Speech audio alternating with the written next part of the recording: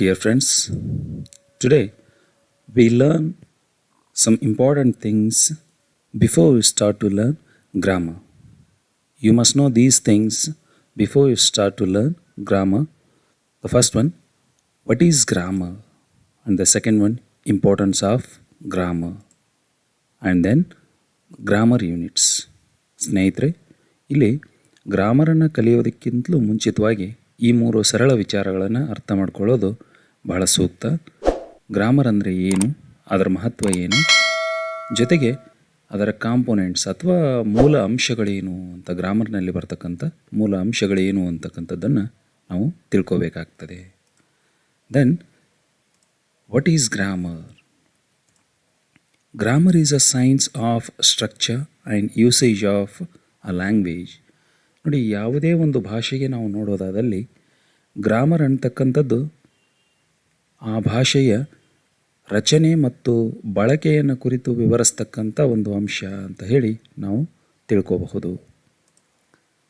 Grammar is a set of rules which help us to understand language and its usage. ಈ grammar ಅಂತಕ್ಕಂಥದ್ದು ನಿಯಮಗಳ ಒಂದು ಗುಂಪು. ಇಲ್ಲಿ ನಾವು ಆ ಒಂದು ನಿಯಮಗಳ ಆಧಾರದ ಮೇಲೆ ಒಂದು ಭಾಷೆಯನ್ನು ಅರ್ಥ ಮಾಡ್ಕೊಳ್ಳೋದು ಮತ್ತು ಅದರ ಬಳಕೆ ಯಾವ ರೀತಿ ಅಂತಕ್ಕಂಥದ್ದನ್ನು ತಿಳ್ಕೊಳ್ಳೋದು. ಇದು ಅಂದರೆ ಈ ಒಂದು ಭಾಷೆಯ ಬಳಕೆಯನ್ನು ತಿಳಿಸ್ತಕ್ಕಂಥ ನಿಯಮಾವಳಿಗಳನ್ನು ನಾವು ಗ್ರಾಮರ್ ಅಂತ ಹೇಳಿ ಕರೀಬಹುದು. Then English grammar is a detailed knowledge of structure and usage of English language. ನೋಡಿ, ಆಂಗ್ಲ ಭಾಷೆಗೆ ಅಥವಾ ಇಂಗ್ಲೀಷ್ ಭಾಷೆಗೆ ಸಂಬಂಧಪಟ್ಟಾಗಿ ನೋಡೋದಾದಲ್ಲಿ ಇದು ಇಂಗ್ಲೀಷ್ ಭಾಷೆಯ ರಚನೆ ಮತ್ತು ಅದರ ಬಳಕೆಯನ್ನು ಕುರಿತು ಕೊಡ್ತಕ್ಕಂಥ ಜ್ಞಾನವನ್ನು ನಾವು ಇಂಗ್ಲೀಷ್ ಗ್ರಾಮರ್ ಅಂತ ಹೇಳಿ ಕರಿಬಹುದು. Some important grammar units are: the first one, words, phrases, clauses, sentences.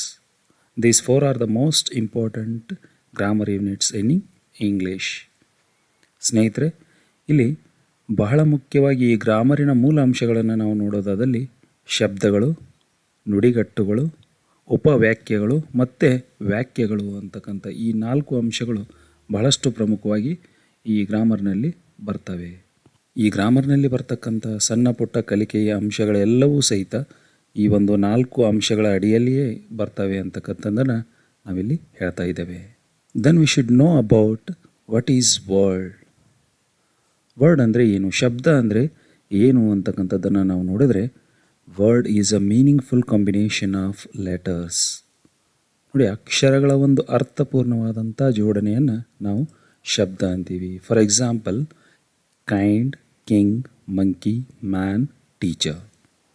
ಇಲ್ಲಿ ಮುಖ್ಯವಾಗಿ ಅರ್ಥ ಮಾಡ್ಕೊಳ್ಬೇಕಾದದ್ದು ಏನು ಅಂತಂದರೆ, ಮೀನಿಂಗ್ಫುಲ್ ಕಾಂಬಿನೇಷನ್ ಆಫ್ ಲೆಟರ್ಸ್. ಆ ಒಂದು ಅಕ್ಷರಗಳ ಅರ್ಥಪೂರ್ಣವಾದಂಥ ಜೋಡಣೆಯನ್ನು ಮಾತ್ರ ನಾವಿಲ್ಲಿ ಶಬ್ದ ಅನ್ನೋದಕ್ಕೆ ಸಾಧ್ಯತೆ ಇದೆ. ಒಂದು ವೇಳೆ ಆ ಅಕ್ಷರಗಳು ಜೋಡಣೆಯಾಗಿ ಯಾವುದೇ ಒಂದು ಅರ್ಥ ಇಲ್ಲ ಅಂದಾಗ ಅದನ್ನು ನಾವು ಶಬ್ದ ಅಂತ ಕರೆಯೋದಕ್ಕೆ ಬರೋದಿಲ್ಲ. ಉದಾಹರಣೆಗೆ, ಇಲ್ಲಿ ಕೆಳಗಡೆ ಇರತಕ್ಕಂಥ ಅಕ್ಷರಗಳ ಜೋಡಣೆಯ ಗುಂಪನ್ನು ನೀವು ನೋಡಬಹುದು. ಇವುಗಳನ್ನು ನಾವು ಶಬ್ದ ಅಂತ ಕರೆಯೋದಕ್ಕೆ ಬರೋದಿಲ್ಲ. Then phrases. What is a phrase? ನೋಡಿ, ಪ್ರೈಸ್ ಅಂದರೆ ಏನು ಅಂತ ನಾವು ನೋಡೋದಾದಲ್ಲಿ ನಾವು ಕನ್ನಡದಲ್ಲಿ ಸಹಜವಾಗಿ ಇದನ್ನು ನುಡಿಗಟ್ಟು ಅಂತ ಹೇಳಿ ಬಳಸ್ತಾ ಇರ್ತೀವಿ, ಇಡಿಯಮ್ ಆ್ಯಂಡ್ ಪ್ರೈಸಸ್ ಅಂತ ಹೇಳಿ. ಇಲ್ಲಿ ಪ್ರೈಸ್ ಅಂತಕ್ಕಂಥದ್ದು ಏನು ಅಂತ ನಾವು ನೋಡಿದ್ರೆ, a phrase is a group of words which does not make a complete sense. ಇದೊಂದು ಶಬ್ದಗಳ ಗುಂಪು, ಆದರೆ ಪೂರ್ಣವಾದಂಥ ಅರ್ಥವನ್ನು ಕೊಡೋದಿಲ್ಲ. ಈ ಪೂರ್ಣವಾದಂಥ ಅರ್ಥವನ್ನು ಕೊಡದೇ ಇರತಕ್ಕಂಥ ಒಂದು ಶಬ್ದಗಳ ಗುಂಪಿಗೆ ನಾವು ಇಲ್ಲಿ ಪ್ರೈಸ್ ಅಂತ ಹೇಳಿ ಕರಿತೀವಿ. A phrase constitutes a single element in a sentence and it expresses an idea.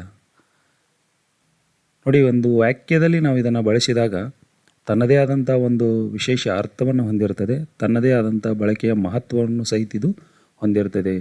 ಕೆಲವು ಶಬ್ದಗಳನ್ನು ನಾವು ಸಪ್ರೇಟಾಗಿ ಬಳಸಿದಾಗ ಬೇರೆ ಅರ್ಥಗಳಲ್ಲಿ ಅವುಗಳು ಬಳಕೆ ಆಗ್ತವೆ ಪ್ರೇಸ್ ರೂಪದಲ್ಲಿ. ಈಗ ಕೆಲವೊಂದಿಷ್ಟು ಪ್ರಿಪೊಸಿಷನಲ್ ಪ್ರೇಸ್ ಬರ್ತವೆ, ಅಡ್ಜೆಕ್ಟಿವಲ್ ಪ್ರೇಸ್ ಬರ್ತವೆ, ಅಡ್ವರ್ಬಿಯಲ್ ಪ್ರೇಸ್ ಬರ್ತವೆ. ಆ ಪ್ರೇಸ್ಗಳನ್ನು ನಾವು ಬಳಸಿದಾಗ ಅದರ ಅರ್ಥಗಳೇ ವಿಭಿನ್ನವಾಗಿರ್ತವೆ.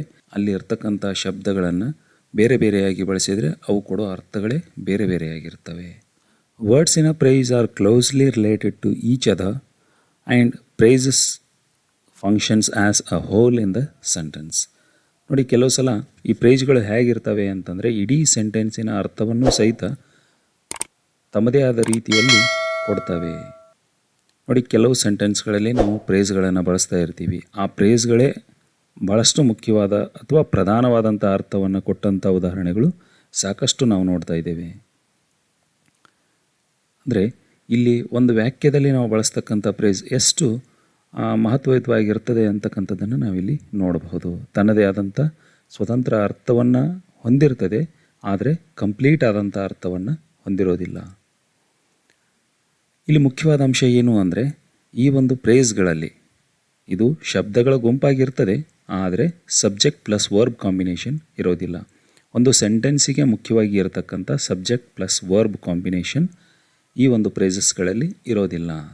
ಆ ಕಾರಣವಾಗಿ ಇದನ್ನು ನಾವು ಇನ್ಕಂಪ್ಲೀಟ್ ಸೆನ್ಸ್ ಕೊಡುವಂಥ ಶಬ್ದಗಳ ಗುಂಪು ಅಥವಾ ಪ್ರೇಸ್ ಅಂತ ಹೇಳಿ ಕರಿತೀವಿ. ಫಾರ್ ಎಕ್ಸಾಂಪಲ್ ನಾವು ನೋಡೋದಾದಲ್ಲಿ ಕೆಲವು ಉದಾಹರಣೆಗಳನ್ನು ನೋಡೋಣ. The sun rises in the east. In the east ಅಂತಕ್ಕಂಥ ಈ ಒಂದು ಶಬ್ದದ ಗುಂಪು ಅಂಡರ್ಲೈನ್ ಮಾಡಿರ್ತಕ್ಕಂಥದ್ದು ಇದು ಇಲ್ಲಿ ಪ್ರೇಸ್ ಆಗಿ ಬಳಕೆಯಾಗಿರ್ತಕ್ಕಂಥದ್ದು. The sun rises in the East.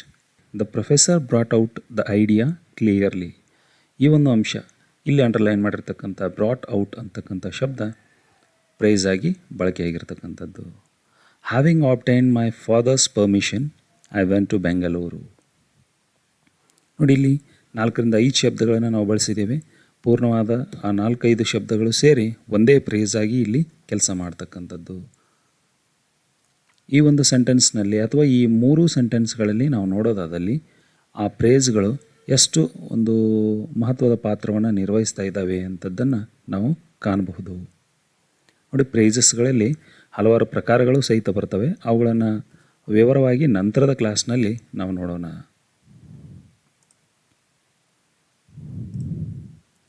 Then what is clauses?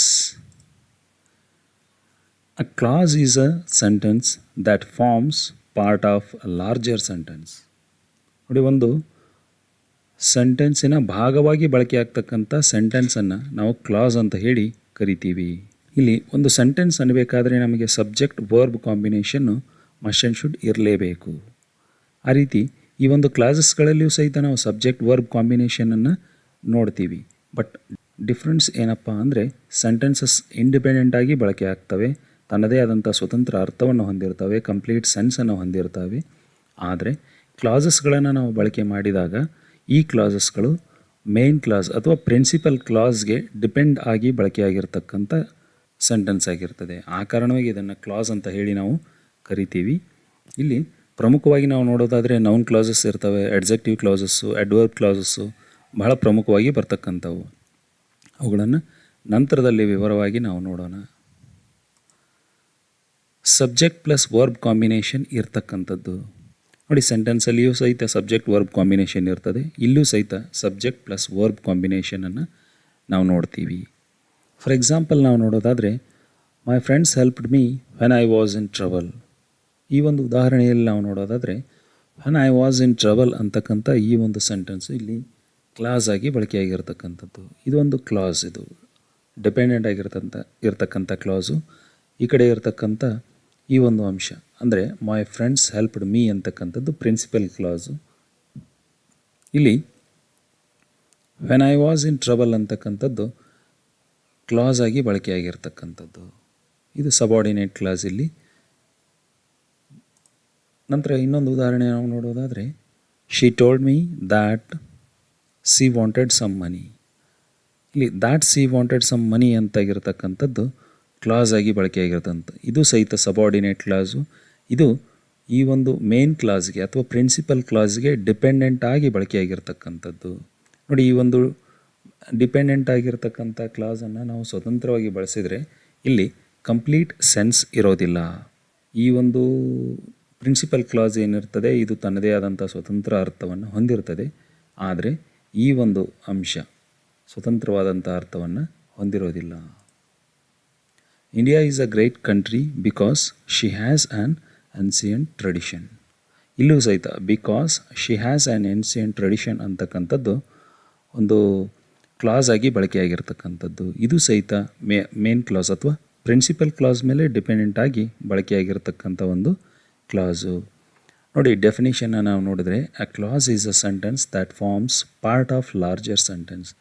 ಒಂದು ದೊಡ್ಡ ಸೆಂಟೆನ್ಸಿನ ಭಾಗವಾಗಿ ಆಗಿರ್ತಕ್ಕಂಥ ಇನ್ನೊಂದು ಸೆಂಟೆನ್ಸ್ ಇದು. ನೋಡಿ, ಇನ್ನೊಂದು ಉದಾಹರಣೆ ನಾವು ನೋಡೋದಾದರೆ, she met him when she went to Bombay. When she went to Bombay ಅಂತಕ್ಕಂಥದ್ದು ಇಲ್ಲಿ ಕ್ಲಾಸ್ ಆಗಿ ಬಳಕೆಯಾಗಿರ್ತಕ್ಕಂಥದ್ದು. ಶಿ ಮೆಟ್ ಹಿಮ್ ಅಂತಕ್ಕಂಥದ್ದು principal class.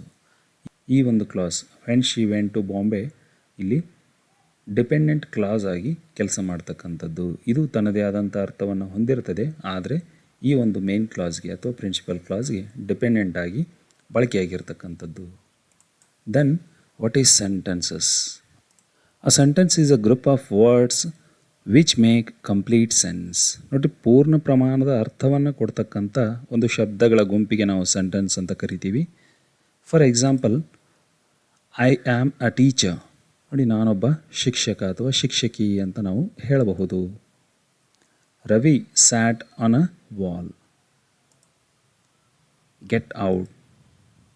O what a pity. See here, these four are the examples for sentences. These four gives complete sense or meaning when we read them. I'm a teacher.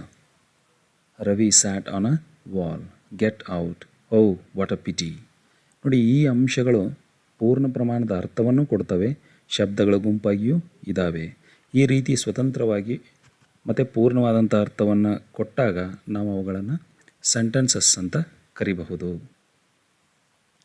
ಒಂದು ವೇಳೆ ಇಲ್ಲಿ ನಾವು ಶಬ್ದಗಳ ಗುಂಪನ್ನೇನೋ ಮಾಡ್ತೀವಿ, ಆದರೆ ಎಲ್ಲ ಶಬ್ದಗಳ ಗುಂಪನ್ನು ನಾವು ಸೆಂಟೆನ್ಸಸ್ ಅನ್ನೋದಕ್ಕೆ ಬರೋದಿಲ್ಲ. Mere a group of words is not a sentence. For example, wrong, wise, night, man, mind. ಇದು ಒಂದು ಶಬ್ದಗಳ ಗುಂಪು, ಆದರೆ ಸೆಂಟೆನ್ಸ್ ಅಲ್ಲ. Because this group has no its own complete sense. ಇದು ತನ್ನದೇ ಆದಂಥ ಸ್ವತಂತ್ರವಾದ ಅರ್ಥವನ್ನು, ಪೂರ್ಣ ಪ್ರಮಾಣದ ಅರ್ಥವನ್ನು ಹೊಂದಿಲ್ಲ. ಈ ರೀತಿ ಯಾವ ಶಬ್ದಗಳ ಗುಂಪು ಪೂರ್ಣ ಪ್ರಮಾಣದ ಅರ್ಥವನ್ನು ಹೊಂದಿರೋದಿಲ್ಲ, ಅವುಗಳನ್ನು ನಾವು ಸೆಂಟೆನ್ಸ್ ಅಂತ ಕರೆಯೋದಕ್ಕೆ ಬರೋದಿಲ್ಲ. ಅವು ಸೆಂಟೆನ್ಸ್ಗಳು ಅಲ್ಲ ಅಂತಕ್ಕಂಥದ್ದನ್ನು ನಾವಿಲ್ಲಿ ಹೇಳಬಹುದು. ಸ್ನೇಹಿತರೆ, ಈಗ ಗ್ರಾಮರ್ ಯೂನಿಟ್ಸ್ಗಳನ್ನು ನಾವಿವತ್ತು ನೋಡಿದ್ದೇವೆ. ಈ words, phrases, clauses and then sentences, ಈ 4 ಅಂಶಗಳು ಬಹಳ ಮುಖ್ಯವಾಗಿರ್ತವೆ.